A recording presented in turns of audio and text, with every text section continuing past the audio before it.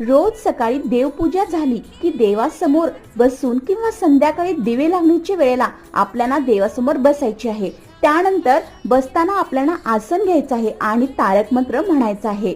दुसरी पद्धत म्हणजे तारक मंत्र म्हणताना समोर एखाद्या पेल्यामध्ये किंवा तांब्यामध्ये तुम्ही पाणी घेऊ शकता, त्यावर आपला उजवा हात ठेवायचा आहे आणि त्यानंतर तारक मंत्र म्हणायचा आहे।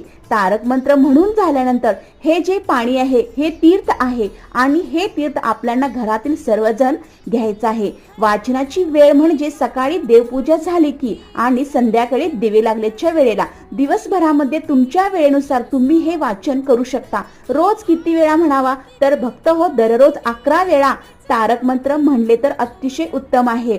हे शक्य नसेल तर दररोज कमीत कमी 3 वेळा आपल्याला तारक मंत्र म्हणण्याचा प्रयत्न करायचा आहे। माहिती जर आवडली असेल तर नक्कीच फॉलो करा। श्री स्वामी समर्थ।